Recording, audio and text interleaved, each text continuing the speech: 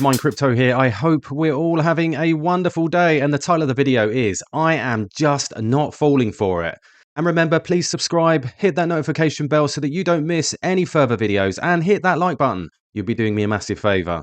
Remembering none of this is financial advice. I am not a financial advisor, and none of the information provided in this video should ever be a signal to buy or to sell. But first and foremost, we look at the crypto bubbles, and as we can see, sea of red. Absolutely horrid, but we are patient, or at least I'm patient.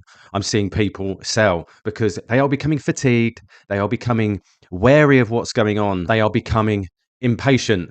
So let's have a look at these crypto bubbles, and as we can see, we're up one rank to 55 with a market cap of $1.37 billion, slowly coming down with a price of $113. Current volume up from yesterday, $19 million, and we're up 0.6% in the hour, down 3% in a day, and down 9.9% in the week. And as we can see, in the last 30 days, we're up 6%, which is still pretty good. So let's have a look at Crypto Quant. And as we can see here, we're still at that 1.39 million on exchange reserves. And we can see this gap is still open, which is good. At some point, hopefully, we could see it widen as time goes by. But we're also seeing, as you can see, this trend across here. We're going sideways with regards to the exchange reserves. At some point, hopefully, we will see a supply shock when things actually get going. Now, I see this from Miles Bron, and I thought it was quite poignant as well. So much fear in the market actually makes me question the validity of this drop. However, if you were BlackRock, you want lower prices, plus long accumulation period, slow bleed until the halving is most likely. And then we see this from Zaven the Rapper, biggest bear trap I have ever seen. And this seems to be the sentiment. People do know, but it seems there are a lot of people that haven't maybe had the experience to realize what actually happens in this market. And we also see this from Ash Crypto. Why is Grayscale dumping BTC? Before the spot ETF approval, GBTC used to redeem its shares by giving investors USD value, but they never sold the BTC. That's why Grayscale became one of the largest BTC holders besides Satoshi. Now, with the spot ETF approval, investors are pulling their money out of GBTC for two reasons. Grayscale is charging 1.5% yearly management fee, which is 5 to 6 times higher than other ETF issuers. A lot of investors bought GBTC at a 40% discount, and now it's at 0%, so they are exiting their positions. In both scenarios, GBTC now has to sell BTC to pay it back. When will this stop? This can take weeks. During that time, BTC can go sideways or even go down. Once it settles, investors will put their money from GBTC into their ETFs that have lower management fees. Remember, this is a long-term game and you need to have patience. Otherwise, you will lose your BTC to Wall Street. Please like and share. Now, that's quite important. Now, obviously, we know when things move with BTC, we see those moves, but greater within the altcoins. And I think this is what we're also seeing. But I'm also seeing this. So as we can see over the last couple of weeks, we've not really seen any inflows to these private wallets from Coinbase, and it just seems to have stopped.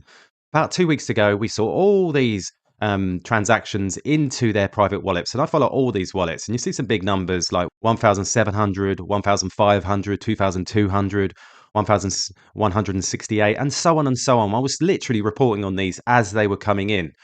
But these have not accumulated. There are no outflows, but they've also made no transactions at all.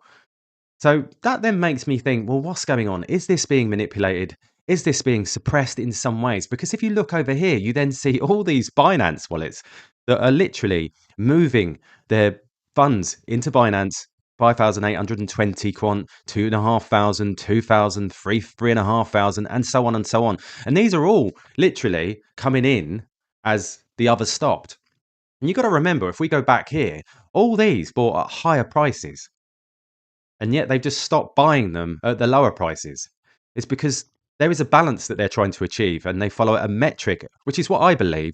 So they buy load in, and then what they do, they've got other wallets, then they bring the price back down, but at the same time as they do that, they change the sentiment within the gameplay. So and then what happens is other people start selling off because they get scared, they get that fear. Basically, they're just being eaten up.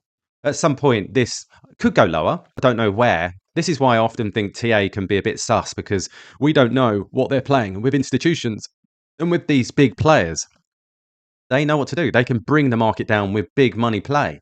And if they move the market, other people move with them. Now, I don't know exactly what they're doing because obviously, this is me surmising what could be happening.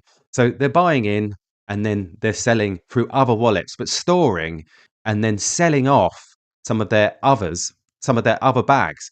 That could be a plausible thing to manage the price, make the price go lower, get other people to sell them off, and then eventually I'm expecting maybe over the next couple of weeks or longer, dependent on what goes on. Because obviously, if BTC keeps going down, then naturally we're going to see alts go down over the next couple of weeks.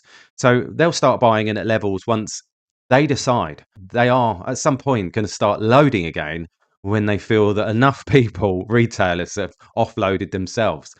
So very, very interesting. Let me know what your thoughts are with regards to this, because I really believe that there's definitely some manipulation, suppression of price. Because as we get here from what Miles Bronze says, lower prices plus longer accumulation period, which I've talked about many, many times on this channel. And then we see this from San. The words of positivity. In 5 years, all current quant holders will be like this. On Wales with lots of stash going on. And that's the way I see it. This is a patience game. This is let all the politics and the rubbish play out. And then we may see ourselves in a great position in the future. I've always said, I'm a long-term holder. I'm a hodler. I'm not playing the games that they're playing because I think if we try and play their games, we get wrecked. It's as simple as that because we can't move the market with our bags, but they can move it quite easily with constant transactions, selling their quant to try and entice you to get out of it through fatigue, that crypto mindset. Well, it's not green, it's red, so therefore I better sell. Buy high, sell low. And I'm not falling for it. There you go, guys. Let me know in the comments what you think. Please subscribe, please hit that notification bell, even share this video and like. All the best, and I'll catch you later.